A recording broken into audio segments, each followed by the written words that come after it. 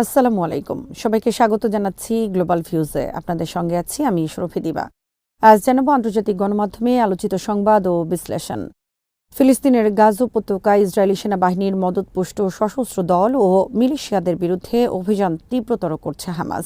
এর লক্ষ্য হল পুরো উপত্যকায় হামাসের পূর্ণ নিয়ন্ত্রণ ও স্থিতিশীলতা ফিরিয়ে আনা।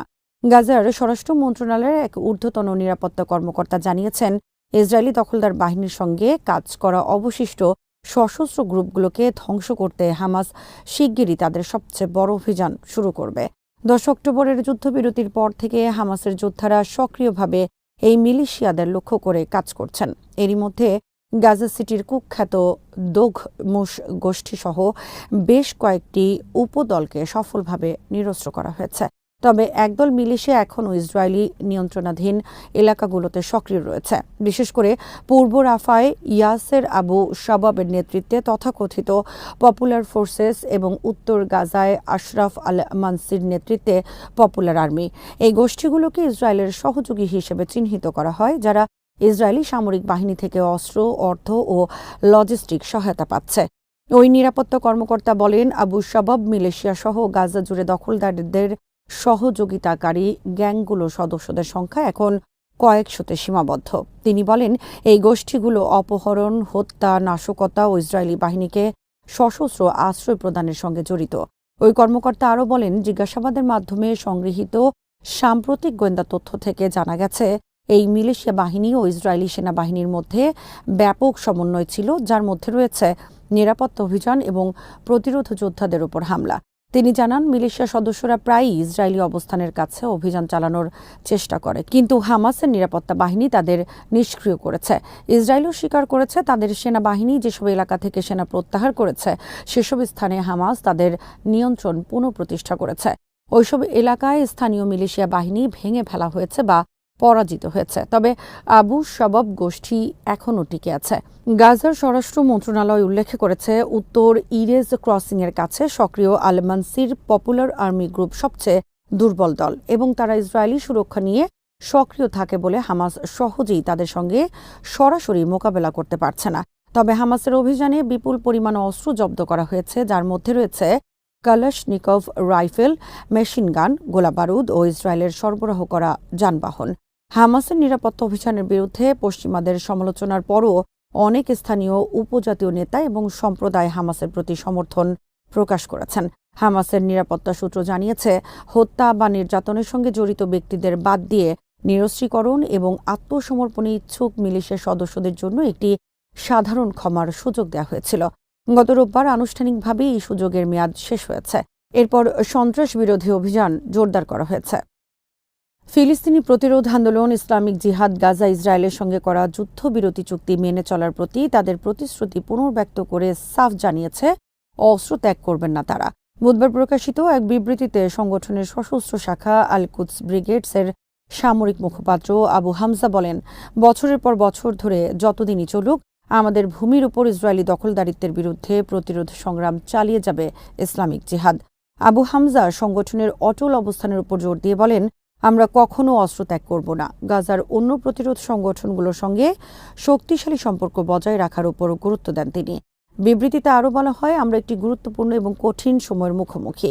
এমন একটি ঐতিহাসিক সন্ধিক্ষণে আমরা দাঁড়িয়ে আছি, যেখানে ফিলিস্তিনি জনগণ, আরব ও মুসলিম জাতি এবং প্রতিরোধ সংগ্রাম একই বিন্দুতে মিলিত হয়েছে। এতে উল্লেখ করা হয়, গাজা ইসরায়েলের যুদ্ধ, যা প্রায় 2 বছর পর এই মাসের শুরুতে যুদ্ধবিরতির মাধ্যমে শেষ হয়েছে, তা আল আকসা ফ্লাড অভিযানের প্রতিক্রিয়া ছিল না, বরং এতে সীমাহীন মার্কিন সমর্থন নিয়ে পূর্ব পরিকল্পিতভাবে ফিলিস্তিনিদের নির্মূল করার অভিপ্রায় প্রতিফলিত হয়েছে। আবু হামজা বলেন, 2023 সালের 7 অক্টোবরে অভিযান আমাদের উপর চাপানো হয়েছিল। জেরুজালেম ও পশ্চিম তীর দখল, গাজায় হামলা ও অবরোধ, ইসরায়েলি কারাগারে বন্দী ফিলিস্তিনিদের বিরুদ্ধে সংঘটিত মানবাধিকার লঙ্ঘন সহ ইসরায়েলের অন্তহীন অপরাধের প্রতিক্রিয়ায় এই অভিযানে বাধ্য হয়েছিলাম আমরা। বিবৃতিতে যুদ্ধে প্রাণ হারানো প্রতিরোধ যোদ্ধাদের প্রতি শ্রদ্ধা জানানো হয়, যার মধ্যে আল কুদস ব্রিগেডসের সাবেক মুখপাত্র নাজি মাহের আবু সাইফ ও রয়েছেন। যুদ্ধ চলাকালীন লেবানন, ইয়েমেন ও ইরানের একনিষ্ঠ গোষ্ঠীগুলোর মাধ্যমে ফিলিস্তিনকে দেয়া সমর্থনের প্রশংসা করে ইসলামিক জিহাদ। ব্রিটিশ দৈনিক গার্ডিয়ান এক প্রতিবেদনে জানিয়েছে, ইসরায়েলি সামরিক বন্দিশালা সেরি তিমান থেকে যে ১৩৫ জন ফিলিস্তিনি বন্দির মরদেহ পাঠানো হয়েছে তাতে স্পষ্টভাবে নির্যাতন ও বিচার বহির্ভূত হত্যার চিহ্ন পাওয়া গেছে। ফিলিস্তিনি চিকিৎসকেরা বিষয়টি নিশ্চিত করেছেন। গাজা উপত্যকায় সামরিক যুদ্ধবিরতির পর সেখানে ফিলিস্তিনি বন্দীদের উপর নির্যাতন, বেআইনি হত্যাকাণ্ড ও সন্দেহজনক মৃত্যুর ভয়াবহ প্রতিবেদন প্রকাশ পেতে শুরু করেছে।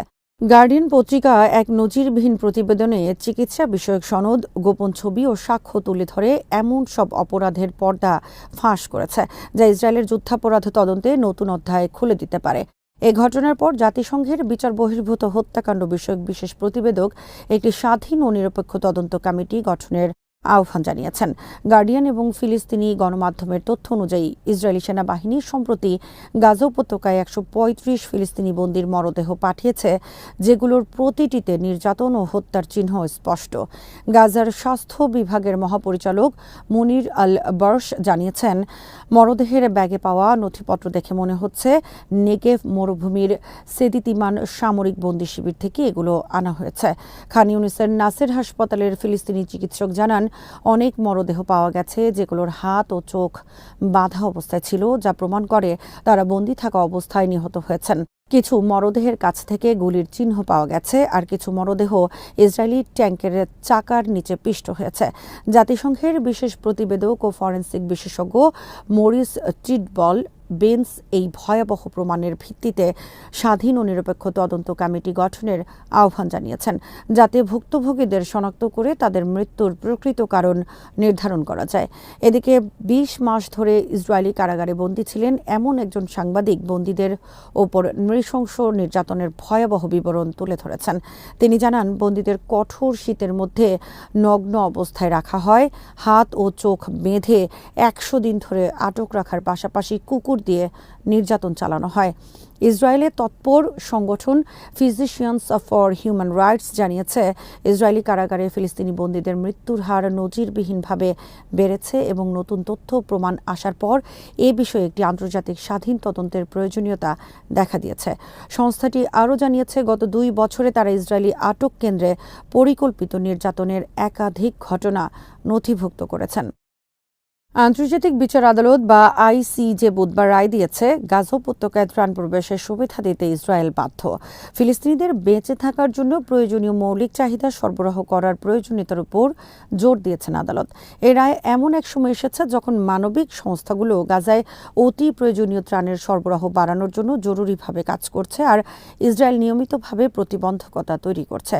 আইসিজের প্রেসিডেন্ট ইউজি ইওয়াসওয়া বলেছেন, জাতিসংঘ এবং এর সহযোগী সংস্থাগুলোর মাধ্যমে পরিচালিত ত্রাণ প্রকল্পগুলোকে অনুমোদন দিতে ইসরায়েল বাধ্য। এই সিদ্ধান্তের মধ্যে ফিলিস্তিনি শরণার্থীদের জন্য জাতিসংঘের সংস্থা আনরুয়া ও অন্তর্ভুক্ত রয়েছে, যাদেরকে ইসরায়েল নিষিদ্ধ করেছিল। তেল আবিবের দাবি, সংস্থাটির কিছু কর্মী ২০২৩ সালের ৭ অক্টোবরের আল-আকসা ফ্লাড অভিযানে অংশ নিয়েছিলেন। যথেষ্ট প্রমাণ দিতে ব্যর্থ হওয়ায় আইসিজে সংস্থাটির বিরুদ্ধে ইসরায়েলের দাবি খারিজ করে দিয়েছেন। আইসিজের কাছে ইসরায়েলের বাধ্যবাধকতা নিয়ে উপদেষ্টা মতামত চাওয়ার জন্য জাতিসংঘে প্রস্তাবের প্রক্রিয়া শুরু করেছিল যে দেশ, সেই নরওয়ে বলেছে তারা জাতিসংঘ সাধারণ পরিষদে একটি প্রস্তাব উত্থাপন করবেন যাতে ফিলিস্তিনিদের জন্য ত্রাণের ওপর থেকে নিষেধাজ্ঞা তুলে নিতে ইসরায়েলের প্রতি দাবি জানানো হয়। আইসিজের রায়ের পর পররাষ্ট্রমন্ত্রী এসপেন বার্থ এইড এক সংবাদ সম্মেলনে বলেছেন, রায়কে অনুসরণ করে নরওয়ে জাতিসংঘ সাধারণ পরিষদে একটি নতুন প্রস্তাব উত্থাপন করবে। রয়টার্স ইপসোসের জনমত জরিপে জানা গেছে, অধিকাংশ আমেরিকান মনে করেন ফিলিস্তিনি রাষ্ট্রকে যুক্তরাষ্ট্রের স্বীকৃতি দেওয়া উচিত। জরিপে দেখা গেছে ৫৯% উত্তরদাতা ফিলিস্তিনি রাষ্ট্রকে যুক্তরাষ্ট্রের স্বীকৃতির পক্ষে সমর্থন দিয়েছেন। রয়টার্স বুধবার এক প্রতিবেদনে জানিয়েছে, এর মধ্যে ডেমোক্র্যাটদের ৮০% এবং রিপাবলিকানদের ৪১% রয়েছে। অন্যদিকে ৩৩% এর বিরোধিতা করেছেন এবং বাকিরা নিশ্চিত ছিলেন না বা প্রশ্নের উত্তর দেননি। এছাড়াও ৬০% উত্তরদাতা একমত হয়েছেন যে গাজা ইসরায়েলের সামরিক প্রতিক্রিয়া, যা ২ বছরে ৬৮,০০০-এর বেশি ফিলিস্তিনিকে হত্যা করেছে, তা মাত্রাতিরিক্ত ছিল। অন্যদিকে ৩২% দ্বিমত পোষণ করেছেন। প্রতিবেদনে বলা হয়, যুক্তরাষ্ট্রের মধ্যস্থতায় যুদ্ধবিরতি চুক্তি হওয়ার আগে এই মাসের শুরুতে পরিচালিত এক জরিপে মার্কিন প্রেসিডেন্ট ডোনাল্ড ট্রাম্পের পররাষ্ট্রনীতির অনুমোদন রেটিং ছিল ৩৩%, যা নতুন জরিপে 38% পৌঁছেছে। জরিপে আরও দেখা গেছে উত্তরদাতার প্রায় 51% এই বক্তব্যের সঙ্গে একমত যে শান্তি প্রচেষ্টা সফল হলে ট্রাম্প উল্লেখযোগ্য কৃতিত্বের দাবিদার, যেখানে 42% দ্বিমত পোষণ করেছেন। আজ এখানেই শেষ করছি। সবাই ভালো থাকুন, সুস্থ থাকুন আর দেখতে থাকুন বিডি ভিউজ। চ্যানেলটি ভালো লাগলে সাবস্ক্রাইব করুন, সংযুক্ত থাকুন আমাদের ফেসবুক পেজে। আল্লাহ হাফেজ।